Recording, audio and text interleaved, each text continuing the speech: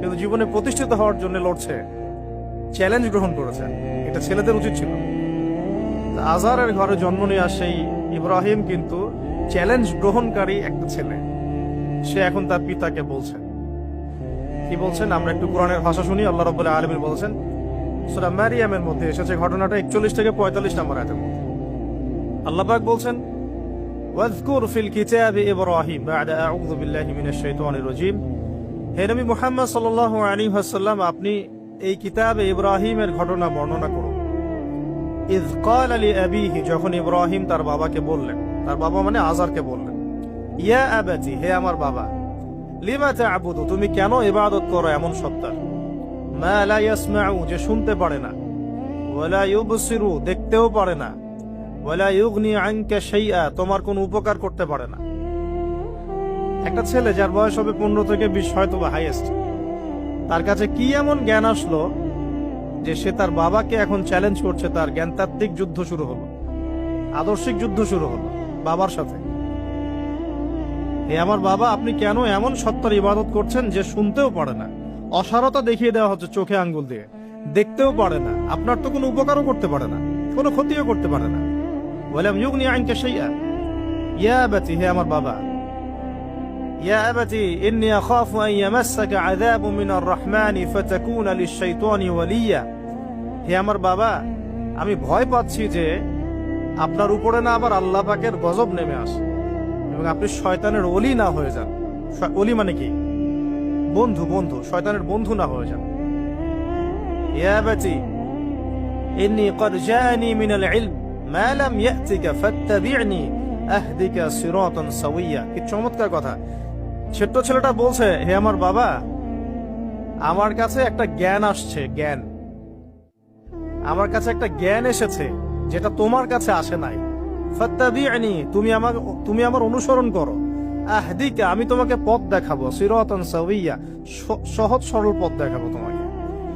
সন্তান বাবাকে নসিহত করছে। দেখো, সন্তান বলছে, আমার কাছে এমন জ্ঞান এসেছে বাবা যেটা তোমার কাছে আসে নাই, তুমি আমাকে ফলো করো, আমার অনুসরণ করো, আমি তোমাকে পথ দেখাবো। Ego problem, ego.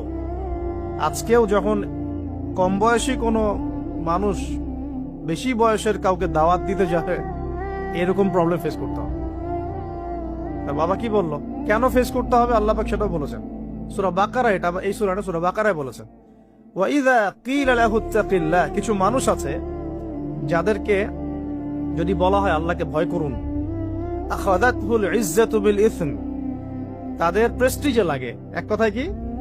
প্রেস্টিজে লাগে, প্রেস্টিজ নষ্ট হয়। আখাযাতহুল ইজ্জাতু বিল ইসম ফাহাসবুহু জাহান্নাম, আল্লাহ বলেন ওর জন্য জাহান্নামই যথেষ্ট।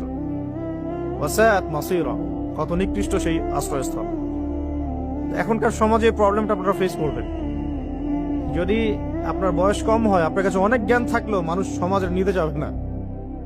আপনি ক্রিপ্টোকারেন্সি নিয়ে কথা বলছেন, এক শ্রেণী ধর্মনেতাই আপনার পিছনে লেগে যাবে।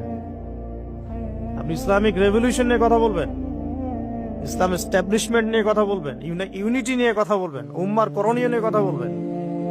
আপনি এই বয়সে, এত ছোট বয়সে আপনি উম্মার প্রবলেমস গুলো ফাইন্ড আউট করে সেগুলো সলিউশন নিয়ে কথা বলবেন, এত বড় সাহস আপনার? এটাই প্রবলেম। অথচ চমৎকার একটা বিষয়, আমাদের সমাজে এগুলো দেখা যায়, অন্য কোথাও দেখা যায় না। কোন ড্রাইভারকে জিজ্ঞাসা করবেন, কোন ড্রাইভার জিজ্ঞাসা করবেন, তার স্কিল সম্পর্কে জিজ্ঞাসা করবেন যে আপনার স্কিল কেমন। একটা অ্যান্সার দিবে, আমি 10 বছর থেকে চালাই, বা 15 বছর থেকে চালাই, আমি 27 বছর থেকে গাড়ি চালাই। মানে তার এই বয়সটাই হচ্ছে স্কিলের মানে দলিল, সার্টিফিকেট। এখন এরকম চলছে দিনী অঙ্গনেও। আমি 20 বছর থেকে ফতোয়া দিই, আমি 32 বছর থেকে ওয়াজ করি, আমি এই করি, আমি সেই করি। এই যে জাহির করা, আল্লামা তাকি উসমানী দামাত বরাকাতু এবং তার যারা ছাত্ররা আছেন সারা উপমহাদেশে, স্পেশালি বাংলাদেশে, তাদের অনেকের সাথে আমি দেখা করেছি। তারা একটা নসিহত সবাই কমন ভাবে করেন, দেখি নসিহতটা করেন যে কখনো নিজেকে জাহির করবা না, কখনো নিজেকে জাহির করবা না, তাহলে আল্লাহ তোমার ইলম কেড়ে নিবে। আর আমরা এখন দিনী অঙ্গনে জাহির করার জন্য ব্যস্ত। আমি এত বছর থেকে এটা করি, আমি অত বছর থেকে করি, অথচ এটা কোনো দলিল নয়, এটা কোনো সার্টিফিকেট নয়। এত বছর থেকে বলার পরেও ভুল হতে পারে, যেটা ভুল হবে সেটা শুধরে নিতে হবে। আর নবী সাল্লাল্লাহু আলাইহি ওয়াসাল্লাম যায়েদ বিন হারেসা রাদিয়াল্লাহু আনহুকে একটা কাফেলা সেনাপতির দায়িত্ব দিয়েছিলেন যখন তার বয়স মাত্র 17 বছর। কত বছর?